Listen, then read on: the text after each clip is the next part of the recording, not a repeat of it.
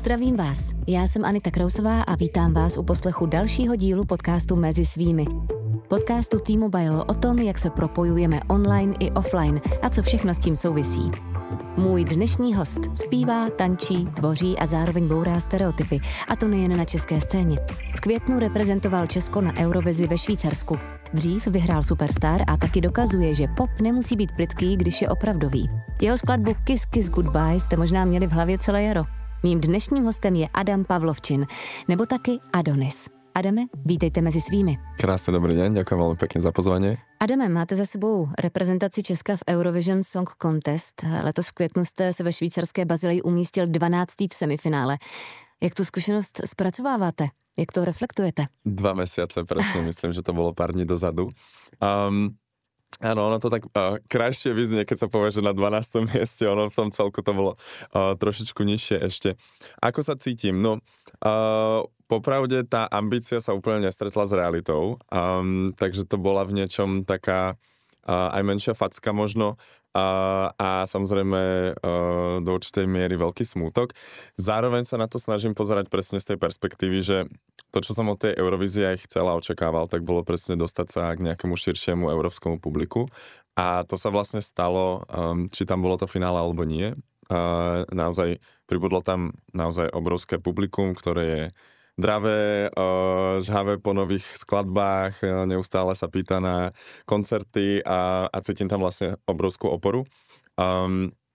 Takže takto spätne sa mi to už tak nejako celé zafokusovalo práve na to, čo to prinieslo a snažím sa z toho vyťažiť čo najviac vlastne. Snažím sa možno aj nejaké ešte to post-eurovízne momentum predĺžiť a čaká nás veľa nových skladieb, veľa nových releaseov, snažíme sa naplánovať celú solovú túr na budúci rok, takže takto asi by som to zhrnul. K tomu se ještě dostaneme určitě, co vás všechno čeká, co plánujete, ale když bychom si ještě měli zastavit u té Eurovize, ona v Česku samozřejmě asi není to tak úplně mega populární, jako třeba ve Skandinávii nebo v nějakých jiných zemích.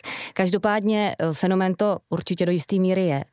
A pro ty z nás, kteří to třeba sledujeme, je to, kromě toho, že to je neskutečná show, je tam i humor, je tam extravagance, ale je tam taky nějaký, nebo aspoň je tam cítit takový jako zvláštní taktizování a strategie. Je to soutěž jako každá jiná. Jestli můžete prozradit třeba, jestli se stalo něco, co vás jako opravdu zaskočilo, protože jste to nečekal, ať už v pozitivním nebo negativním smyslu slova, právě z hlediska tohodle taktizování nebo strategií? Jasné.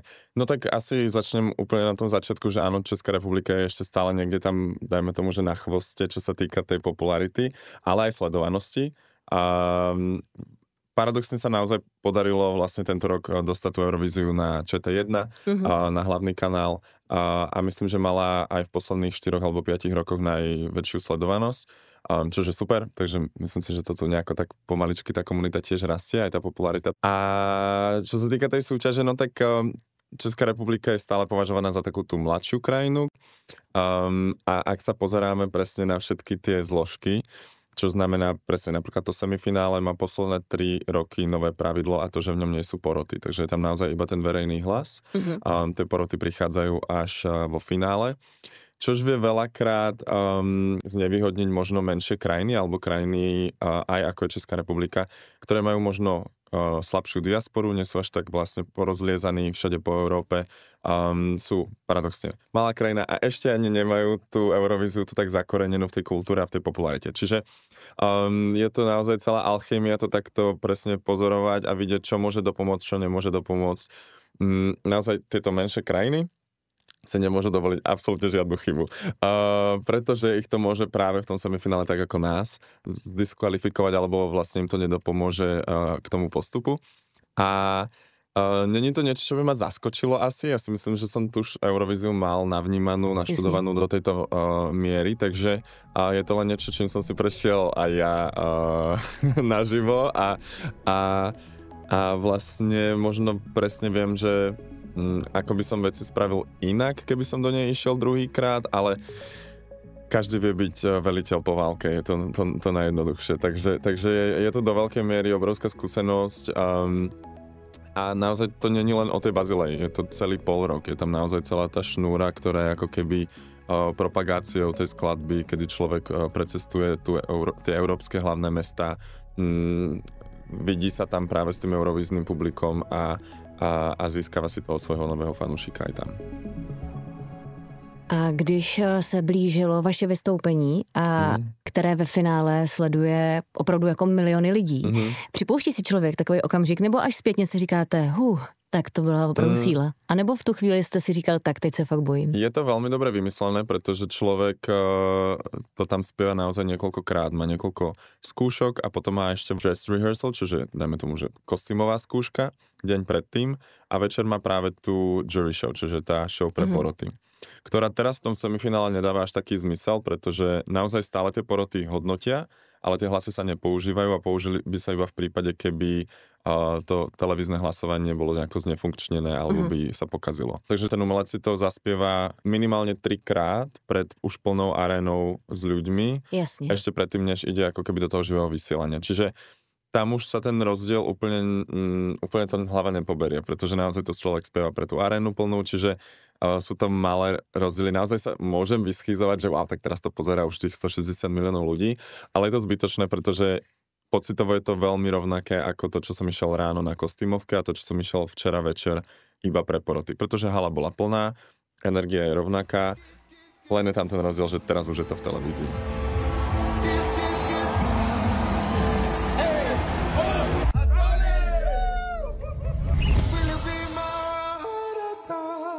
Vy jste se předtím zmínil, že si malé země, jako je třeba Česko, nesmí dovolit chybu, jako se třeba stala vám. Tak vy máte pocit, že se stala nějaká chyba během vašeho vystoupení? Nebo že byste něco udělal špatně? Je to komplexnejšie, ako takto vlastne to povedať, že jedna vec sa stala. A ja si myslím, že kde bol ten kameň úrazu bola emócia. Myslím si, že veci, ktoré sa nám darilo robiť práve pri tej šnúre, ako napríklad obchádzanie tých menších klubov, alebo akustické vystúpenie na Malte, premiéra a podobne. Tam nám naozaj fungovala tá emócia, ktorá sa prenášala. Prenášala sa ad jedna skrz dobré kamerové zábery a skrz iné aranžmá skladby. Čiže takto spätne človek presne vie zanalizovať, že aha, toto fungovalo, toto nefungovalo. Hej, môžeme to nazvať chybou, ale vlastne je to len nejaká analýza, že možno keby sa spravilo toto, tak by to zafungovalo tak, ako to fungovalo tam. A naozaj sme si dokázali vytvoriť obrovské momentum. Boli sme krajina, o ktorej sa rozprávalo, ktorá mala veľké šance. Boli sme jediní, ktorí výrazne rástli v tých bookmakers alebo v tých predpokladoch. Vyšplhali sme sa z 28. miesta až na 6. Čož je obrovské momentum predtým, než ide človek ako keby na tú finálnu rovinku. Bohužiaľ tá finálová rovinka nevyšla tak, ako sme chceli. Z môjho pohľadu presne nebol dostatočný staging, dostatočné kamerové zábery na to, aby sa preniesla tá silná emócia. A v deň D ráno na zvukovej skúške alebo na kostýmovej skúške bolo ešte všetko úplne v poriadku. Večer na live streame sa vlastne stala technická chyba s Inírom, kedy ja som seba počul, ale bohužiaľ som nepočul klik a hudbu a počul som spomalenú ako keby delayed arena. Takže to nebolo pre mňa úplne najkomfortnejšie spievanie. Musel som naozaj sa do seba ponoriť, ísť trošičku do pamäti. Človek to má naspievané, nachodené, takže sa to dá, ale v tom momente sa z toho proste vytráca ten moment, tá magičnosť, to napojenie a to, čo človek môže čítať za mojimi očami je, že aha, niečo sa deje, ale ideme to ako keby čo najlepšie odprezentovať a dotiahnuť do konca. Čo sa aj udialo, ale vlastne ja keď sa na to pozerám, tak to vidím, že tá ranná skúška alebo tá jury show večer pred má to inú emóciu. Takže to bol ako keby zhluk všetkého dokopy. Nedá sa povedať, že to bola jedna vec, ktorá nás možno takto limitovala. Bolo to vlastne viacero vecí, ktoré sa tak nejako už na tej finálovej rovinke nazbierali a potom to hodilo takýto výsledok. Je strašně sympatický, jak zníte pozitivně, jako že to fakt zní tak, že si prostě odnášíte nějakou zkušenost, která se dá trochu přetavit i do budoucna, i když samozřejmě chápu, že to nemuselo být vůbec jednoduchý. Tak 2 mesiace som nechodil do žiadnych rozhovorov, keď som si to spracoval. Protože vám bylo úplně jasný, na co se budou všichni ptát, pochopitelně. Jednoznačne, takže najprv som si to musel ja nejako sám spracovať. Samozrejme, že ešte si myslím, že to nejakú dobu bude trvať, pretože človek má tú tendenciu možno seba z toho vynieť, že naozaj takúto možnosť premárniť. Zároveň to nebolo premárnené, pretože naozaj tie veci sa tam udiali a tá základňa fanúšikovská tam vznikla a dá sa naozaj na tom stavať, takže to je teraz môj cieľ. Ale asi som sa dostal do nejakého bodu, kedy som si povedal, že tak buď ma to úplne teraz zlomí, alebo sa proste musím reinventnúť a zafokusovať sa na to, čo to prinieslo a ísť ďalej, no, pretože toto je to, čo viem robiť. Myslím si, že neviem si sám seba predstaviť v inom povolaní a nemôže jedna ako keby chyba alebo jeden neúspech definovať vlastne celú tú cestu a to je na tomto asi najzákladnejšie. Posloucháte podcast Mezi svými. My jsme tady v úvodu mluvili o tom, že Eurovize je teprve jako na začátku své cesty v Česku, že ještě teprve nabírá na síle, co se týče popularity, ale i přesto má fanouškovskou základnu, která má i občas takový ty rýpavý momenty a ocitly se i argumenty, že jste ze Slovenska a proč tedy reprezentujete Česko. Měl jste na to připravenou nějakou odpověď? Tak tam bola tá odpoveď asi veľmi priamočiara, pretože v tých podmienkach bolo napísané, že to musí byť človek, ktorý aktívne prispieva do českej hudobnej scény, čož vlastne sa deje. Ja pôsobím v Prahe, mám tú Prahu ako takú základňu. Zároveň vnímam československý hudobný trh tým, že je naozaj malý ako jeden. Predsa len sa nám všetky talentové súťaže prepájajú do jednej, tak či tak. Stále nesiem korunku československej superstar, nie slovenskej superstar. Takže neviem, prišlo mi to úplne v poriadku. Nebol som nominovaný, prešiel som výberom, kde bolo 150 iných skladieb a neviem koľko ďalších umelcov. A ten výber bol ako česká delegácia, tak zahraničná porota, takže mi to prišlo vlastne fajn, košer, fair. Vy jste už tady řekl, že nosíte korunku československý superstar. Já si to trošku srandu, ne? Jasně, ale vy jste Není tam žádná korunka, ani šerpa. To je dost škoda, to by úplně klidně mohlo být. Ale vy jste se nechal údajně docela dlouho přemlouvat, abyste se do té soutěže přihlásil. Mě by zajímalo, měl jste původně svoji budoucnost třeba i na hudebním poli jakoby vymyšlenou trochu jinak, že půjdete jinou cestou? Ja som tu nebol v tom čase, kedy vlastne tie pozvanky na casting chodili. To vždycky inak poviem, že je to naozaj bežná vec, že sú tu skauti, ktorí naozaj sme malá krajina. 15-16 miliónov ľudí není dostatok na to, aby tento formát fungoval každý rok, preto tam je takáto pauza. A tí skauti naozaj chodia a snažia sa ako keby pozývať aj hudobníkov na castingy, takže nie je to nič špeciálne. Mne táto pozvanka chodila niekoľkokrát, ale som tu nebol som mimo krajinu, takže som to nikdy ani vôbec nezvažoval. Priznám sa, že som mal tento formát trošičku v takej tak zastigmatizovaný, že je to trošku rýchlo kvašné, není tam úplná istota, čo a ako.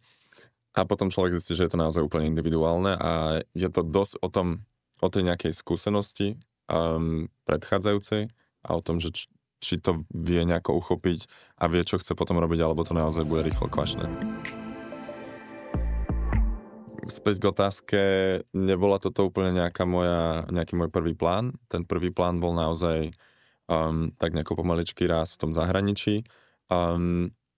Čo sa mi veľmi rýchlo potom po Superstar otočilo a uvedomil som si, že plán B, kedy človek vyrastie lokálne, a potom sa pokúša už s nejakou platformou do zahraničia, je v niečom komfortnejšie a jednoduchšie. A žijeme v svete čísel, takže sa naozaj potom otvárajú tie dvere ľahšie, keď už tam nejaká tá základňa je. When I heard that sound, when the walls came down, I was thinking about you. When my skin grows old and my breath turns cold, I'll be thinking about you. Posloucháte podcast Mezi svými. A chtěl jste vždycky zpívat? Nebo jste se inklinoval i třeba k jiným uměleckým disciplínám? Myslím si, že som spieval stále. Ja som ako keby bol takéto dieťa, trošku muzikálové dieťa, že aj tancovanie, aj dramatický krúžok, aj spievanie. Myslím si, že sestra mala veľmi rovnakú formulku. Až som si teda v jednom bode povedal, že OK, ak chcem toto pretaviť aj v povolanie, tak by bolo asi super si vybrať, že jedno a venovať sa tomu naplno. Dá sa aj všetko, ale to by bolo ten muzikál, hej. A pri tom speve som asi tak nejako vnútorne, intuitívne cítil najväčšiu ambíciu a možno aj nejaký najväčší potenciál toho rastu. Takže som sa to tak vybral a zafokusoval sa vlastne iba na to.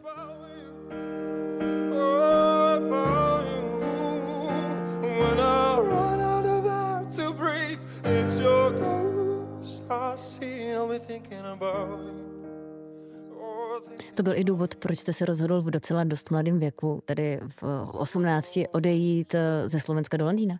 Áno, ja som ešte bol v Prahe pol roka. Mal som taký ten přes Prahu. Ten gap year, áno, mal som taký ten gap year, takú tú pauzu vlastne v Prahe, kde som chvíľočku študoval kurátorstvo a históriu umenia, keď som sa tak úplne nevedel rozhodnúť, že čo. A ten dôvod bol presne odísť do Londýna, študovať vlastne popovú hudbu. Hlásil som sa aj tu v Prahe na jazzový spev, ale to bola iba vlastne vyššia odborná škola, nebol to bakalářský alebo magisterský titul. Vy jste otevřeně queer a taky vás zajímají samozřejmě témata spojený s LGBTQ plus komunitou, promítáte je do svojí tvorby, ale jste ze Slovenské Senice. Jak se vám vyrůstalo vlastně? Dá se to nějakým způsobem prostě teďka reflektovat? Dá, Senice je strašne bola, neviem, či je stále, kompetitívne mesto, alebo ako to súťaživé mesto, pretože naozaj to mesto, alebo z toho môjho pohľadu, žilo tancom do veľkej miery a najmä teda tou kategóriou disco dance, čo tu máte presne chomutov. Jasné. A čo to tam boli? Beethoveniaci, no neviem, odkiaľ boli. Takže tam boli dokonca až 3 tanečné kluby, ktoré išli proti sebe a bola tam hrozná taká tá detská rivalita v niečom. Čo si teraz spätne uvedomujem, že bolo hrozne toxické vlastne pre tie malé deti, ktoré sú naozaj... Taký ten program, že Dance Moms, čo teda, to je úplne, že stotožnenie toho mesta, podľa mňa, takto spätne. Ale aspoň si rýchlo človek uvedomí, že aha, toto nie je úplne ideál chovania a je to niečo, čo mám vlastne viacej asi bude limitovať, keď budem takto pristupovať k umeniu súťaživo, ako keď to budem brať nejako viacej kolektívnejšie a prepájať sa a podporovať sa navzájom. Takže tá Senica bola veľmi špecifická, no, ale myslím si, že to zase vyškolí malé dieťa takto od mala.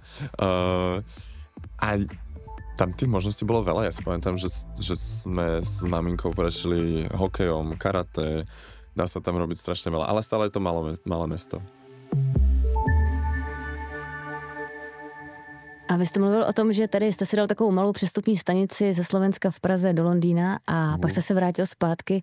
Tak byl to návrat domů, anebo to byl návrat do další cizí země, kde jste si musel zvyknout zase zpátky? Nie, pocitovo to bol návrat domov určite. Ja to mám hrozne veľa ľudí, ktorí sa mi práve aj zo Slovenska sem presťahovali a je to taký ten okruh ľudí, s ktorými som možno ja vyrastal.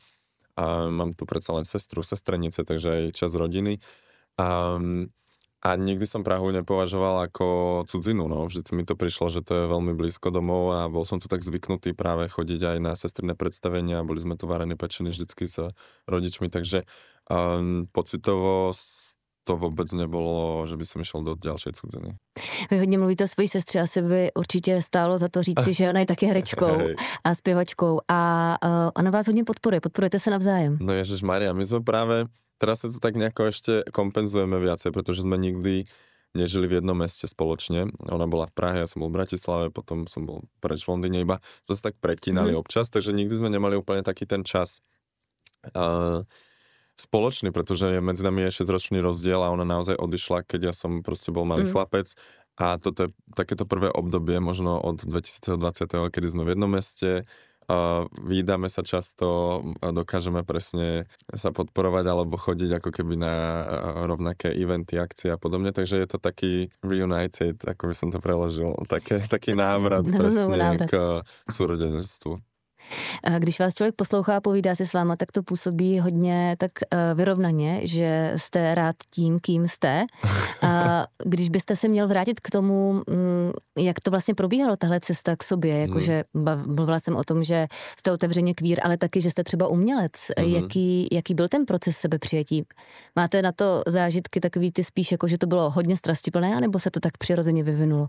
No, ja si myslím, že u mňa naozaj závažilo to okolie a ľudia, ktorými som sa obklopoval. Že v momente, kedy som prišiel do naozaj chápavého, empatického prostredia a kolektívu, tak to bola vlastne nejaká tá moja cesta k tomu, k nejakej tej väčšej sebaláske, sebaprijatiu a akceptácii. A to sa stalo teda ešte v Bratislave v rámci nejakého toho coming outu, ale ja to vždy tak hovorím, že vlastne ten prvý je sám so sebou, až ten druhý je vlastne s verejnosťou.